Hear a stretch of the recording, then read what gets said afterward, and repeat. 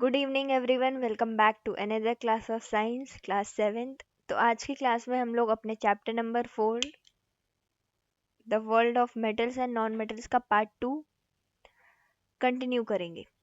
Part 1 में हमने already metals की कुछ बेसिक प्रॉपर्टीज़ के बारे में पढ़ लिया था, जैसे कि मेलेबिलिटी हो गया हमारा, डक्टिलिटी हो गया और सोनोरिटी हो गया। मेलेबिलिटी में बेसिकली वो प्रॉपर्टी होती है जिसमें कोई मटेरियल हमारा थिन शीट्स में कन्वर्ट हो सकता है। तो सिर्फ और सिर्फ मेटल्स इस प्रॉपर्टी को शो करते हैं, नॉन मेटल्स नहीं करते हैं।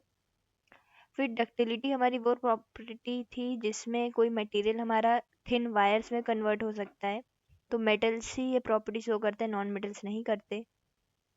फिर सोनोरिटी वो प्रॉपर्टी है जिसमें कोई मटेरियल गिरने पे रिंगिंग टाइप की साउंड प्रोड्यूस करता है, जैसे कि जब आप कोई यूटेंसिल गिराते हो या कोई स्पून वगैरह गिराते हो तो टिंग सी आवाज़ होती है, तो वही चीज़ हमारी सोनोरिटी होती है। और सिर्फ हमारे मेटल्स ही सोनोरस होते हैं, नॉन मेटल्स नहीं होते। उसके बाद हमें आज के पार्ट में कंडक्शन ऑफ हीट से स्टार्ट करना है। तो बेसिकली ये कंडक्शन ऑफ हीट होता क्या है। तो सबसे पहले कंडक्शन के बारे में हमें जान लेना है कि कंडक्शन ऑफ हीट बेसिकली एक ऐसी प्रॉपर्टी है जिसमें एक कोल्ड पार्ट से हॉट पार्ट की तरफ हीट का फ्लो होता है।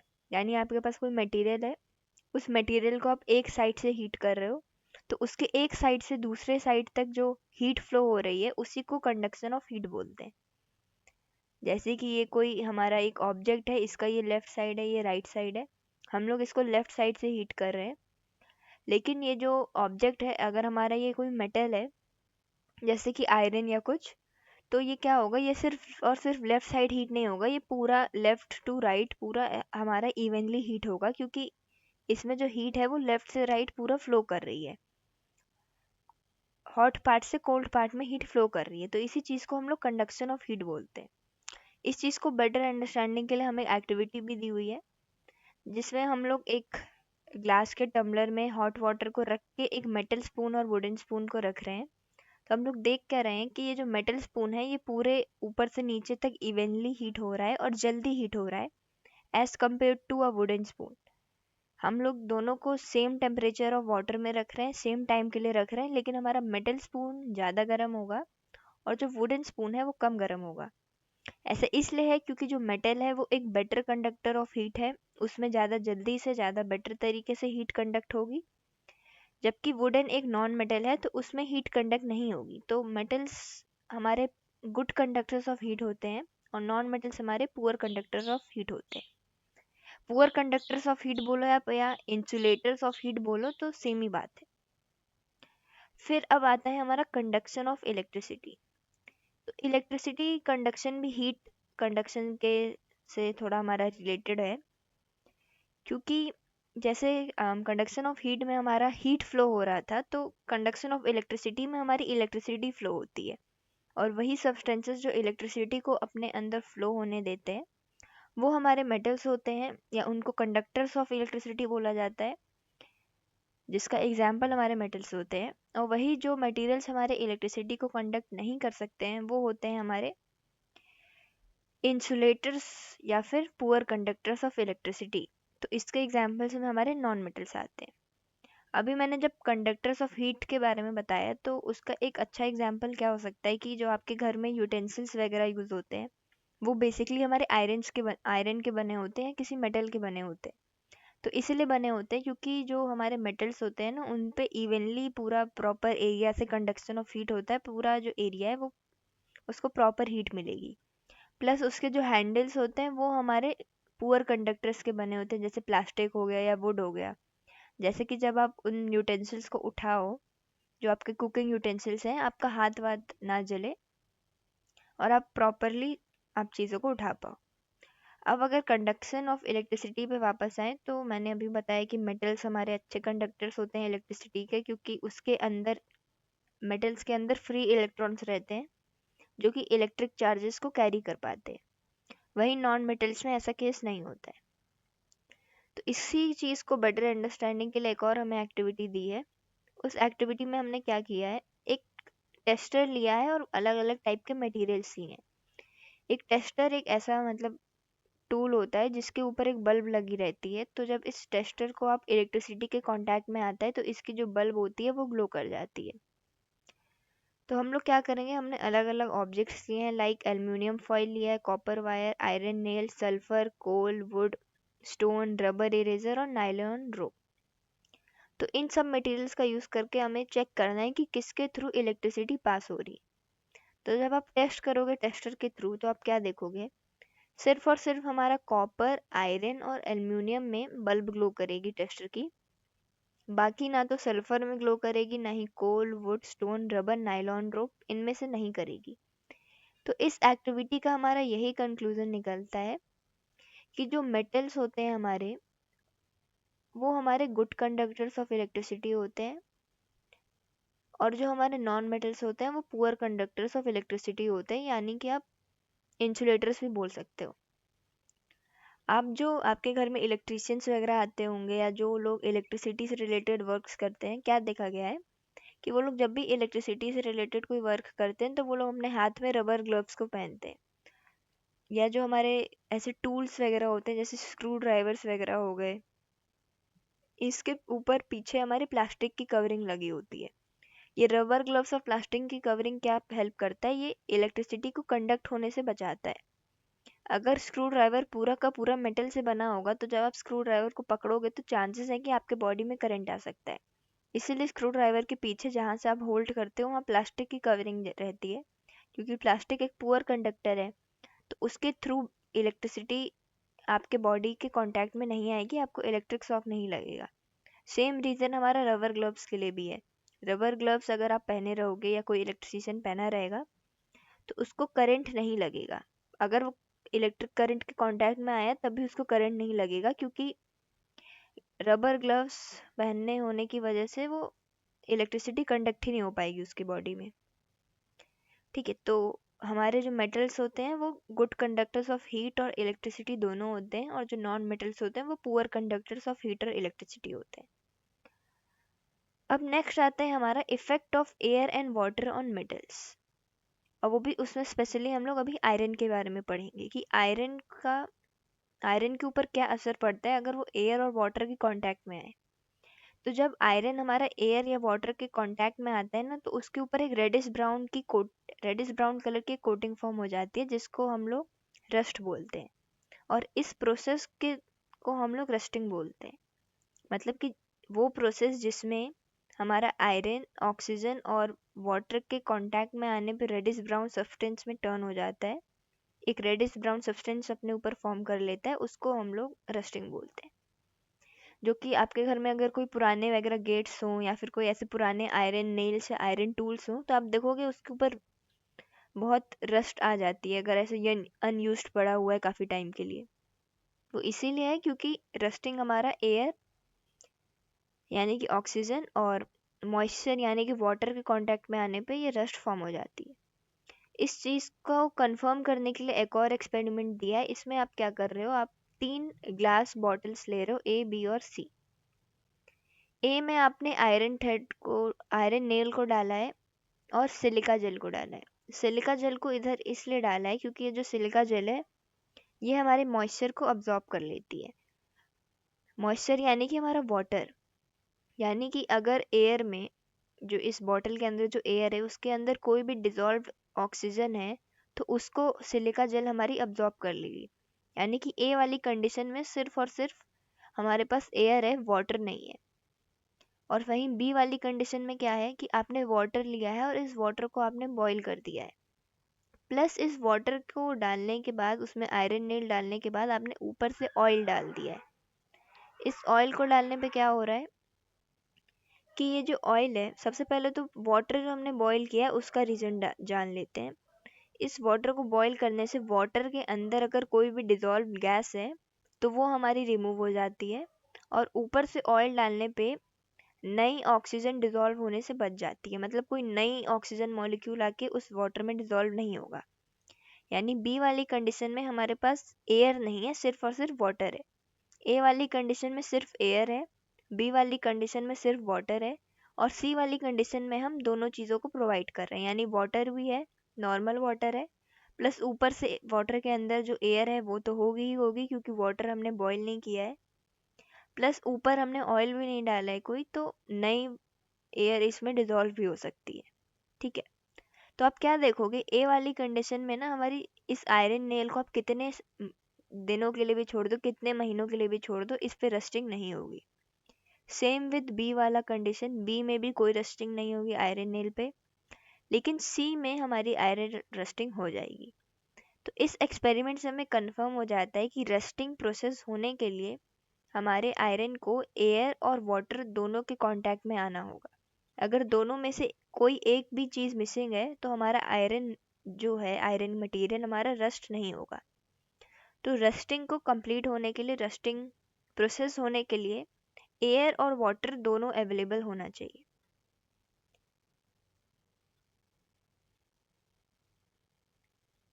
इसके बाद यही हमारे रस्टिंग की मेन डेफिनेशन दी हुई है कि the process of formation of rust on objects made of iron is called rusting. तो वही जब आयरन के ऊपर रेडिश ब्राउन कलर का एक पाउडरी टाइप का सब्सटेंस फॉर्म हो जाता है, जब वो एयर और वाटर के कांटेक्ट में आ जाता है, तो इसी चीज़ को रस्टिंग बोलते हैं। आपको रस्टिंग और कोरोजन में कंफ्यूज नहीं होना है। रस्टिंग एक अलग चीज़ है, कोरोजन एक अलग चीज़ है। कोरोजन क्या चीज़ है, कोरोजन में आप ग्रेजुअल जो ग्रेजुअल धीरे धीरे करके जो किसी भी मेटल सरफेस पे जो डैमेज होता है, आप उसकी बात करते हो, कॉज्ड बाय एयर, वाटर या कोई भी अदर सब्सटेंस।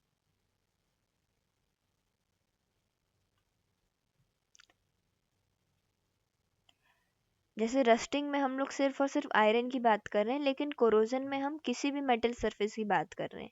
रस्टिंग में सिर्फ एयर और वाटर की बात हो रही है, लेकिन कोरोजन में एयर, वाटर या कोई भी और सब्सटेंस काम कर जाएगा। जो रस्टिंग है वो एक टाइप ऑफ कोरोजन है। जैसे कोरोजन हमारा एक मेन टॉपिक है और उसके अंडर उसका एग्जाम्पल हमारा रस्टिंग है। जैसे कोरोजन मेटल्स का डैमेज की बात हो रहा है कि कोरोजन में मेटल्स डैमेज होते हैं। फॉर एग्जाम्पल रस्टिंग में क्या हो रहा है, आयरन डैमेज हो रहा है। एक और एग्जाम्पल अगर आप ले लो तो कॉपर, कॉपर जब डैमेज होता है तो उसके ऊपर ग्रीन कलर की कोटिंग आ जाती है। और जैसे सिल्वर एक और हमारा मेटल है, वो डैमेज होता है तो उसके ऊपर ब्लैक कलर की कोटिंग आ जाती है। आयरन जब डैमेज होता है तो उसके ऊपर ब्राउन, रेडिश ब्राउन कवरिंग आ जाती है। तो आपको रस्टिंग और इसमें कंफ्यूज नहीं होना। फिर आता है कि ये रस्टिंग हमारे लिए इतनी डेंजरस क्यों है, रस्टिंग हो रही है तो इसमें प्रॉब्लम क्या है। तो देखिए, रस्टिंग होने से क्या होता है कि अगर हमारा आयरन के ऊपर रस्टिंग हो गई तो जो हमारा आयरन मटेरियल है वो वीक हो जाता है। तो आयरन मटेरियल हम लोग कहाँ कहाँ यूज़ करते हैं, बिल्डिंग्स वगैरह के बनने में आयरन का यूज़ होता है, ब्रिजेस वगैरह के बनने में आयरन का यूज़ होता है। प्लस जो हम लोग मशीन्स या टूल्स यूज़ करते हैं बहुत सारे, उसमें भी आयरन का यूज़ होता है। तो बाई चांस अगर उन मटेरियल्स के ऊपर रस्टिंग हो गई, यानी कि ब्रिजेस हमारे कमज़ोर पड़ जाएंगे, बिल्डिंग्स हमारी कोलैप्स कर सकती हैं, जो मशीन्स या टूल्स हैं उनकी फंक्शनिंग भी अलग से होगी, वो मैल फंक्शन हो जाएंगे। तो इसीलिए जो रस्टिंग है वो हमारे लिए काफ़ी हार्मफुल होती है। तो इसीलिए इस रस्टिंग को रोकने के लिए कुछ हम लोग चीज़ों को फॉलो करते हैं, और वो चीज़ें क्या हैं। पहली चीज़ तो पेंटिंग है, दूसरी चीज़ ऑयलिंग है, तीसरी ग्रीसिंग, और फोर्थ हमारी गैल्वेनाइजेशन। तो पेंटिंग में क्या होता है कि जब आप आयरन के ऊपर पेंट लगा दोगे, तो जो पेंट के लगे होने की वजह से हमारा आयरन जो है ना तो वो एयर के कांटेक्ट में आ पाएगा, ना ही वाटर के कांटेक्ट में आ पाएगा। तो ना ही अगर वो एयर के कांटेक्ट में है, ना ही वाटर के कांटेक्ट में है, तो ऑब्वियस सी बात है कि कोई रस्टिंग फॉर्म नहीं होगी। तो जो आपके घर में गेट्स वगैरह लगे रहते हैं वो आयरन के बने होते हैं, जिनके ऊपर पेंटिंग हुई रहती है, जैसे कि वो रस्टिंग से बच सके। सेम आपके घर की रेलिंग्स में भी यूज होता है। सेकेंड ऑयलिंग प्रोसेस है। सेम ऑयलिंग भी अगर आप कर दो तो ऑयलिंग से भी हमारे आयरन तक एयर और मॉइस्चर ब्लॉक हो जाती है। आपकी जो बाइसिकल्स में चेन लगी रहती है या मशीन के जो पार्ट्स रहते हैं, उनके ऊपर फ्रीक्वेंटली ऑयलिंग की जाती है, जैसे कि वो एयर और वाटर के कांटेक्ट में ना आए। थर्ड हमारा ग्रीसिंग है। ग्रीसिंग भी ऑयलिंग के ही सिमिलर है, बट ग्रीसिंग में जो चीज़ लिक्विड हम लोग यूज़ करते हैं वो हमारा थिकर होता है एज़ कम्पेयर टू ऑयल। इसको हम लोग गियर्स वगैरह में यूज़ करते हैं ग्रीसिंग को। फिर फोर्थ जो हमारा गैल्वेनाइजेशन है, ये एक ऐसी प्रोसेस है जिसमें आयरन के ऊपर जिंक मेटल की एक थिन लेयर को अप्लाई किया जाता है। इसका यूज़ हमारे वाटर पाइप्स, बकेट्स वगैरह और रूफिंग सीट्स में यूज़ होता है। रूफिंग सीट्स यानी आपके घर के ऊपर जो रूफ बनाने के लिए जो सीट्स को बिछाया जाता है उसको, उसके ऊपर जिंक की पतली सी लेयर को अप्लाई किया जाता है, जैसे कि एयर और वाटर के कांटेक्ट में आने से आयरन को बचा सके। यहाँ फैसिनेटिंग फैक्ट में हमें दिल्ली के आयरन पिलर्स के बारे में बताया गया है, जो कि 16,000 ईयर्स अगो पहले बने थे। ये जो पिलर है ये 8 मीटर हाई है और इसका वेट 600 किलोग्राम है। बट इतने साल पहले बने होने के बावजूद आप क्या देखोगे, इस आयरन पिलर पे बिल्कुल भी रस्टिंग नहीं है। ऐसा इसलिए है क्योंकि उस टाइम की जो इंडिया की टेक्नोलॉजी थी वो बाकी वर्ल्ड के कंपैरिजन में काफ़ी बेटर थी। तो हम लोग ने इस आयरन को रस्ट होने से बचाने के लिए कुछ अपने इन्हीं में से कुछ टेक्निक्स यूज़ की। इस वजह से ये आज तक इतने सालों बाद तक इस आयरन पिलर पे बिल्कुल भी रस्टिंग आपको देखने को नहीं मिलेगी। ठीक है, तो हमने आयरन के ऊपर रस्टिंग का इफेक्ट देख लिया। अब बाकी मेटल्स पे हम लोग effect of air and water को देख लेते हैं। तो अब हम लोग पढ़ेंगे कि मैग्नीशियम के ऊपर क्या इफेक्ट होगा एयर या वाटर का। तो इस एक्टिविटी के लिए आपको क्या लेना है, आपको एक मैग्नीशियम रिबन लेना है, सैंड पेपर लेना है, टोंग्स लेने हैं, कैंडल या फिर कोई spirit lamp, watch glass, water और लिटमस पेपर। सबसे पहले आपको क्या करना है, एक मैग्नीशियम रिबन जो है, हमारी मैग्नीशियम की पतली पतली जो स्ट्रिप्स होती हैं उसको हम लोग मैग्नीशियम रिबन बोलते हैं। तो इस मैग्नीशियम रिबन को लेके आपको सैंड पेपर के अगेंस्ट रब करना है। इसको रब करने से क्या होगा, कभी कभार मैग्नीशियम, कभी कभार क्या, मैग्नीशियम के ऊपर जनरली एयर के कांटेक्ट में आने से उसके ऊपर मैग्नीशियम ऑक्साइड की एक लेयर फॉर्म हो जाती है। यानी मैग्नीशियम जब हमारा खुले में रहेगा, एयर के कांटेक्ट में आएगा, तो वो मैग्नीशियम ऑक्साइड बना लेता है। सैंड पेपर पे रब करने से क्या होगा, वो ऑक्साइड की लेयर रिमूव हो जाएगी और आपके जो फ्रेश मैग्नीशियम है वो एक्सपोज हो जाएगा। तो सबसे पहले आपको ये करना है। उसके बाद आपको मैग्नीशियम रिबन को टोंग्स की हेल्प से फ्लेम के ऊपर रखना है और उसको बर्न करना है, उसको हीट करना है। जब वो हीट होगा, जब वो जलेगा, तो आपको एक वाइट कलर की ब्राइट लाइट देखने को मिलेगी और मतलब एक, और काफ़ी ज़्यादा हीट भी प्रोड्यूस होगी।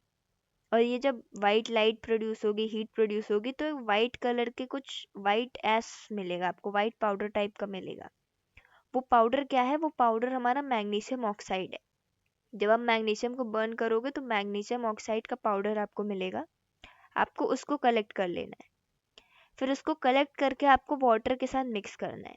तो मैग्नीशियम ऑक्साइड का पाउडर था, आपने उसको वाटर के साथ मिक्स किया तो क्या फॉर्म हो गया, मैग्नीशियम हाइड्रोक्साइड फॉर्म हो गया। इस मैग्नीशियम ऑक्साइड को, हाइड्रोक्साइड को आपको लिटमस पेपर पे टेस्ट करना है। तो जब आप टेस्ट करोगे आप क्या देखोगे, जो रेड लिटमस पेपर है वो हमारा ब्लू में टर्न हो जाएगा और जो ब्लू लिटमस पेपर है वो ब्लू ही रहेगा। तो इससे हमें क्या कंफर्म हो जाएगा कि ये जो हमारा मैग्नीशियम हाइड्रोक्साइड है वो बेसिक है नेचर में। तो इस एक्टिविटी से आपको क्या कंक्लूजन मिल रहा है कि ये जो मेटल्स के ऑक्साइड होते हैं वो जनरली हमारे बेसिक होते हैं नेचर में। यहाँ हमें सोडियम करके एक और मेटल के बारे में बताया हुआ है जो कि हाईली रिएक्टिव होता है। क्योंकि अगर ये सोडियम हमारा ऑक्सीजन या वाटर, इन दोनों में से किसी चीज़ के भी कांटेक्ट में आ गया तो ये बहुत ज़्यादा, बहुत तेज़ी से फायर कैच करता है, बहुत ज़्यादा तेज़ी से फायर से रिएक्ट करता है, बहुत तेज़ आग स्प्रेड हो जाती है और ये बहुत जल्दी स्प्रेड हो जाती है। मतलब एकदम ब्लास्ट टाइप का हो जाता है सोडियम अगर ऑक्सीजन या वाटर के कांटेक्ट में आ जाए। इसीलिए इस सोडियम को हम लोग केरोसिन के अंदर स्टोर करके रखते हैं, जैसे कि वो एयर या मॉइस्चर के कांटेक्ट में आने से बच जाए। ठीक है, अब हम नॉन मेटल्स के बारे में बात करेंगे। क्योंकि हमने अभी मैग्नीशियम देखा, सोडियम देखा, आयरन देखा, अभी तक हम सिर्फ मेटल्स की बात कर रहे थे। अब थोड़ा हम लोग नॉन मेटल्स की बात करेंगे और वो भी नॉन मेटल्स में हम लोग सल्फर की बात करेंगे। सल्फर क्या है, हमारा एक टाइप ऑफ नॉन मेटल है। आपको इसको लेना है और इसको हीट करना है। सल्फर हमारा पाउडर है, आपको इसको हीट करना है, इसको आपको बर्न करना है। तो आप क्या देखोगे, जब ये सल्फर हमारा हीट होगा, जब ये जलेगा तो ये एक गैस बनाएगा। कौन सी गैस बनाएगा, SO2। SO2 यानी कि सल्फर डाइऑक्साइड। और इस गैस, ये जो गैस है ना, ये हमारी वाटर में डिजॉल्व हो सकती है। तो जब आप इसको वाटर में डिजॉल्व करोगे तो ये बनाएगा ये सल्फरस एसिड बनाएगा हमारा।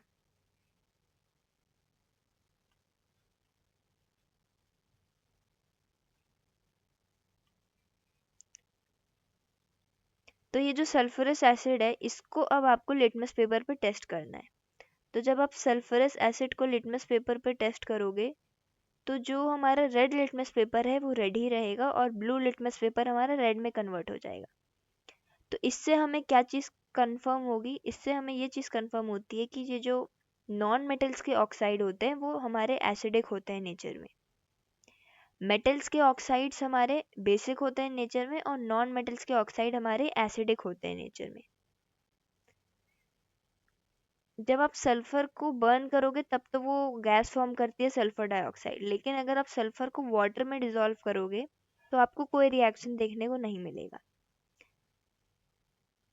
तो आप नॉन मेटल्स की ऐसी एक प्रॉपर्टी ऐसे जनरली बोल सकते हो कि हमारे नॉन मेटल्स वाटर के साथ कोई रिएक्शन नहीं करते, इनके जो ऑक्साइड्स होते हैं वो एसिडिक होते हैं नेचर में, ये इलेक्ट्रिसिटी और हीट के पुअर कंडक्टर्स होते हैं, ये ना ही मेलेबल होते हैं ना ही डक्टाइल होते हैं, डल होते हैं अपीयरेंस में, प्लस सॉफ्ट भी होते हैं जनरली।